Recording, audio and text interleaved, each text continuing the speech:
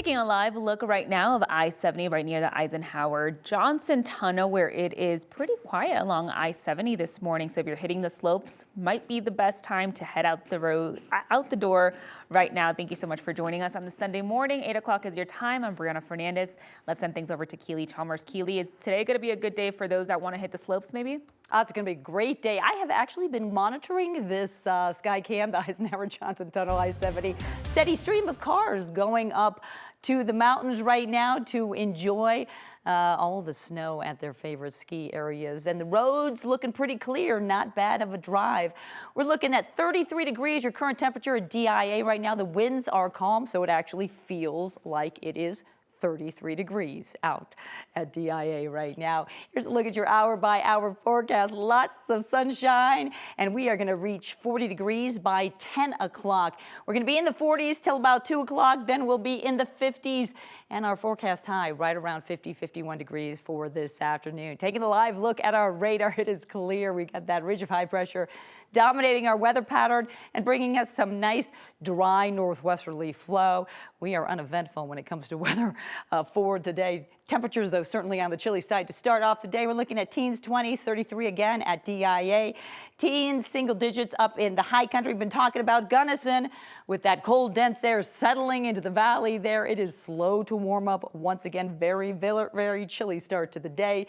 24 degrees in Grand Junction. Mostly sunny today for the Denver area. Temperatures reaching a high right around 51 degrees. Our normal high for this time of the year is right around 47, so a few degrees warmer than that. And that warm weather tops a look at our weather impact headlines for today. So not really too impactful at all. Those winds a little impactful in the foothills, gusting up to about 55 miles per hour, and the mountain peaks, but those winds will diminish as we head into the afternoon as well. And we are looking at a warm week ahead. We're talking about temperatures in the 50s. One day we could even reach 60 degrees. We'll talk about which day that is this week, coming up in your complete forecast in just a bit. We'd start with some developing news out of Adams County. A man is in the hospital after he was shot by deputies. We know it happened around 5 Saturday night on Heather Place near Highway 36. The Adams County Sheriff's Office says deputies were called to a home for a welfare check where they made contact with the man for several minutes. Shortly after that, deputies told dispatchers they shot the man because he was armed with an axe or a similar weapon. The man was taken to a hospital to be treated for his injuries. It's not clear how he's doing this morning, but the Sheriff's Office says that they're continuing to investigate the shooting. Of course, we're going to keep you updated as we learn more. An Aurora family is thankful to be alive after a driver smashed into their home last weekend. So this happened last Sunday night, just off of I-225 and 6th Avenue. It left behind a huge hole in the home. You can see all the damage left right there. Despite the damage, the young man who lives there says he has a lot to be thankful for this year. Brian Gordillo says he stepped out of the house to grab some food 1 minute before a driver slammed into it. The car went straight into his bedroom where he had been sitting in his bed moments before. Oh, I'm just thankful that, I made it out alive. Yeah, it's kind of hard to think about what would happen to me. I'm just thankful that it didn't happen to me. So I kind of just try to stay away from, the worst of the situation. A second home was also damaged in the crash, and Aurora police are still looking for that driver. The family has since set up a fundraiser to cover costs while they wait for repairs. And if you'd like to help, we have more information on our website, 9news.com.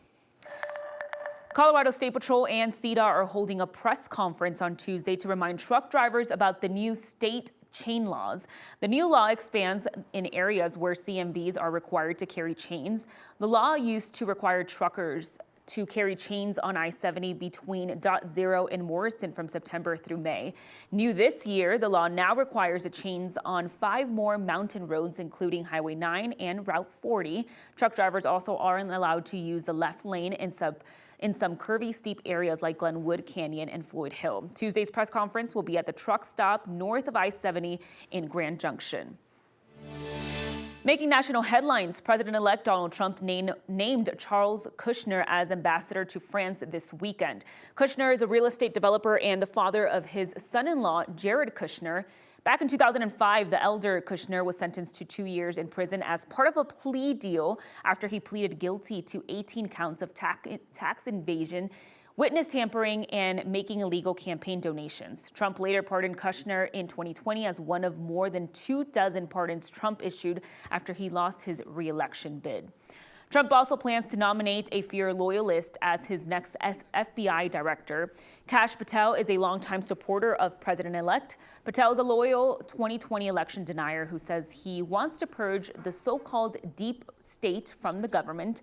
If approved, Patel would replace current FBI Director Christopher Wray, whose term actually expires in 3 years. Wray would have to resign or be fired. Yesterday, we reported President-elect Donald Trump met with Canadian Prime Minister Justin Trudeau in Florida to talk about Trump's threat to impose a 25% tariff on Canadian goods. Now, this morning, we're actually learning a little bit more about that meeting. Trump called the conversation very productive in a post on Truth Social Saturday afternoon. He said the two leaders discussed many important topics that will require both countries to work together and noted that the Prime Minister made a commitment to work with his administration. That in-person meeting follows a phone conversation shared between the two leaders earlier this week after Trump announced his tariff plan. In world news, Syria's civil war is back in the spotlight after a new rebel coalition calling itself the Military Operations Command launched a surprise attack, sweeping into the country's second-largest city of Aleppo. The offensive is the first time opposition forces have seized territory in Aleppo since 2016, shattering the stalemate of a war that never formally ended. Syrian and Russian jets have carried out the strikes on opposition forces in northern Syria in retaliation for their sudden offensive. It's the first major flare-up in years between the Syrian opposition and the system of President Bashar al-Assad, who has ruled the war-torn country since 2000.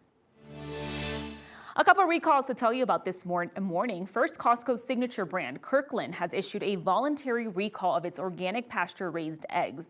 According to the company, the recall is on 10,800 retail units of the brand's 24-count organic pasture-raised eggs. The announcement shared that the eggs could potentially be contaminated with salmonella.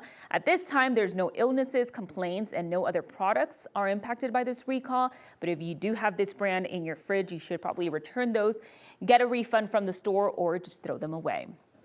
Sunfed Produce has issued a recall as well on all sizes of its whole fresh American cucumbers.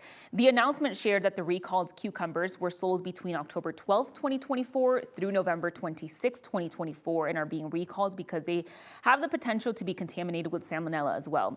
No other products sold by or farms supplying to Sunfed are involved in this recall.